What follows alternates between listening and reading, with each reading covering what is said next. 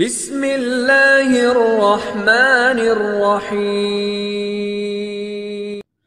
এও Islamic TV. টাকা তো এমন একটা জিনিস যা দিয়া যা ক্রয় করেন সেইটাই কিনতে পারবেন। এখন দেখার বিষয়ে আপনি কোন জায়গায় খরচ করতেছেন, মদের পিছনে না মধুর পিছনে? ব্যাপারটা এখানে। মেধা তো একটা দামি জিনিস, এটা যেখানে আপনি লাগাবেন। ভালো চুরি করতে চান, যদি আপনি ভালো চোর হইতে চান, মেধাবীরা ভালো চোর হবে। যদি ভালো ডাকাত হতে চান, মেধাবীরা ভালো ডাকাত হবে। যদি মেধাবীরা, এই যেমন বাংলাদেশ ব্যাংক থেকে চুরি করছে কারা? যেমন তেমন মেধাবীরা বাংলাদেশটাকে চুরি করতে পারে।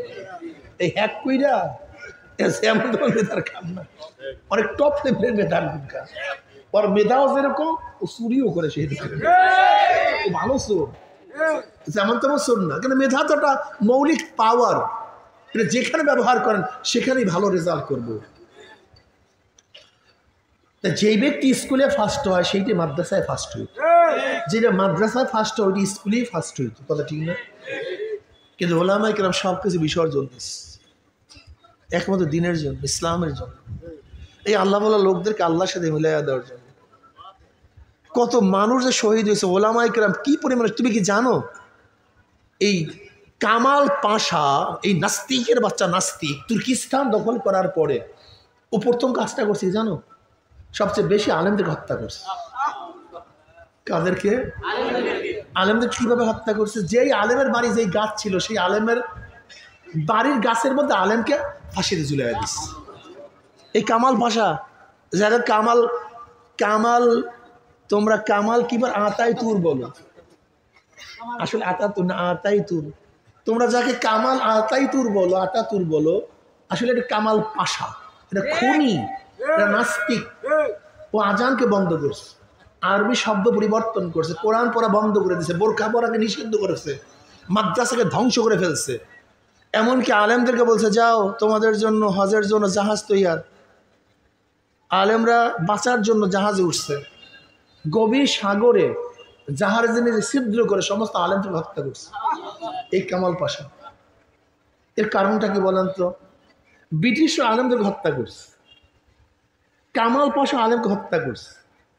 যেই দেশে যখন যারা দখল করছে তারা প্রথম আলেমকে হত্যা করছে। এমনকি সৌদি, এই যে একটা আছে না ইবনে সালমান, আমি মোহাম্মদ নামটাও মনে চায় না, বা যারা আছে সৌদি প্রথম অ্যারেস্ট করে কাদেরকে, জেলে ঢুকায় কাদেরকে? আপনি এই গবেষণা করছেন কারণটা কি? আবু সুফিয়ান রাদিয়াল্লাহু তাআলা আনহু উহুদের যুদ্ধে, আপনারা সবাই জানেন, আবু জাহাল মারা যাওয়ার পরে ইসলামের বিরুদ্ধে যতগুলি যুদ্ধ প্রচারণা করছে প্রত্যেকটা যুদ্ধের নেতৃত্ব প্রদান করছে আবু সুফিয়ান। আবু সুফিয়ান রাদিয়াল্লাহু তাআলা আনহু ফতে মক্কা সব ইসলাম গ্রহণ করছেন।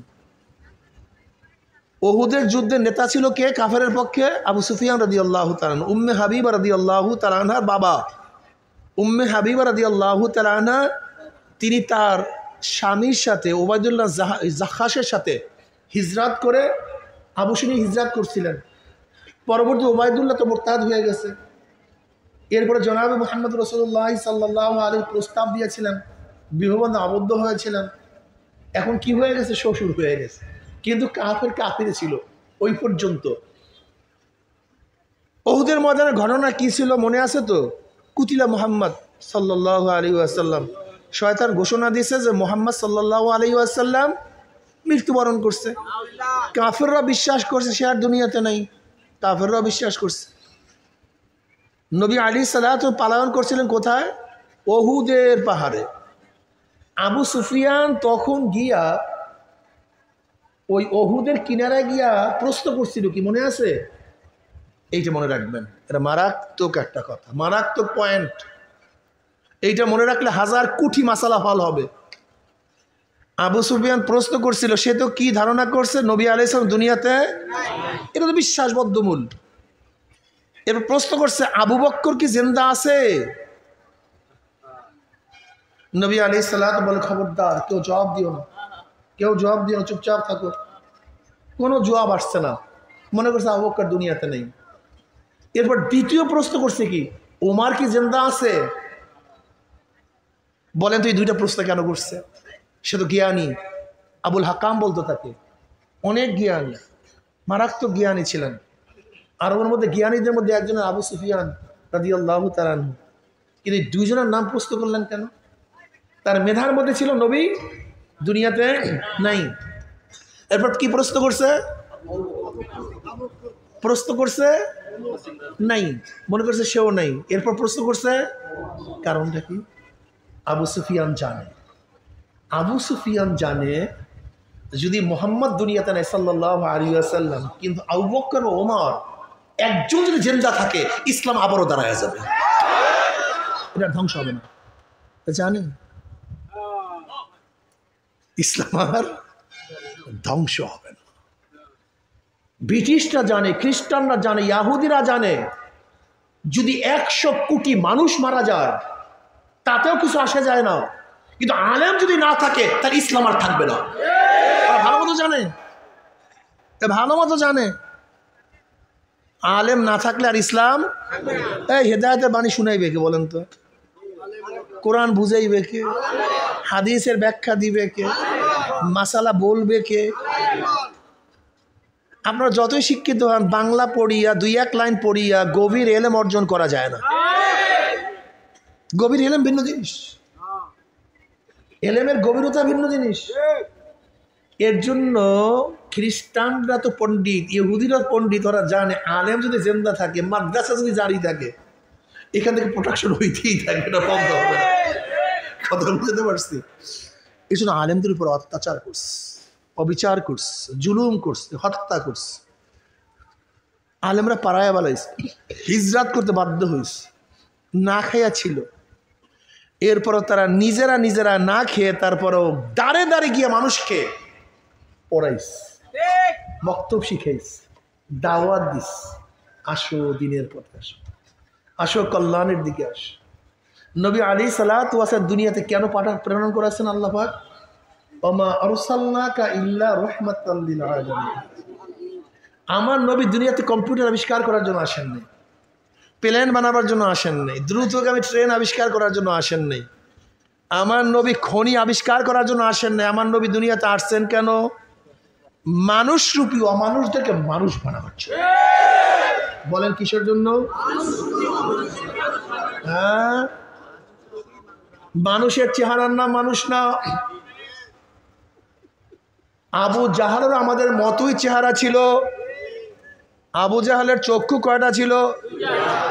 নাক, কান, চেহারার মধ্যে কোনো পার্থক্য ছিল না, চেহারা তো একই ছিল, মানুষের মতোই ছিল, কিন্তু মানুষ না। কারুনের চেহারা তো আমাদের মতোই ছিল, কিন্তু সে তো মানুষ না। নমরুদের চেহারা তো আমাদের মতোই ছিল, কিন্তু সে কিন্তু মানুষ না। কারুনের চেহারা আমাদের মতোই ছিল, কিন্তু সে তো মানুষ না। আমাদের শয়তান তসলিমা নাসরিনের চেহারা অন্য মেয়েদের মতোই, কিন্তু না ভিন্ন চেহারা, কোনো নাস্তিকদের চেহারা অন্য রকমের চেহারা তো এক। বরং আবু লাহাব মানে অস্পিলঙ্গের বাপ, খুবই উজ্জ্বল ছিল আবু লাহাবের চেহারা, মারাত্মক সুন্দর ছিল, জম্নে সুন্দর ছিল। এমনকি দাহিয়ায়ে কলবি রাদিয়াল্লাহু তাআলা আনহু, যিনি এত বড় জালেম ছিলেন, এত বড় জালেম, নিজের হাতে নিজের ঔরাজাত 70টা মেয়েকে হত্যা করছে, জেতা। দাহিয়াতুল কলবি রাদিয়াল্লাহু চেহারার অবস্থা জানেন আপনারা? আর খোদা রে, এই বেচারাকে আল্লাহ পাক এত বেশি সৌন্দর্যতা দান করছেন, এই বেচারা রাস্তায় ঠিকমতো হাঁটতে পারতো না, মেয়েদের জ্বালায়। মেয়েরা পাগল হয়ে পড়তো তার গায়ের উপরে, পাগল হয়ে তার কাছে চলে আসতো। এত মারাত্মক চেহারা ছিল, আকর্ষণীয় চেহারা ছিল। মেয়েদের ফিতনায় তিনি সবসময় চেহারা আবৃত্তি করে ঘুরতে হইত। দাহিয়াতুল কলবি রাদিয়াল্লাহু, অথচ কত বড় জালেম, নিজের হাতে নিজের ঔরাজ্জার 70টা মেয়ে সন্তানকে দাফন করছে। দাহিয়াতুল কলবি রাদিয়াল্লাহু তাআলা ইসলাম গ্রহণ করার আগে চেহারার কোনো সৌন্দর্যতার কোনো অভাব ছিল না, কিন্তু আসলে মানুষ ছিল না।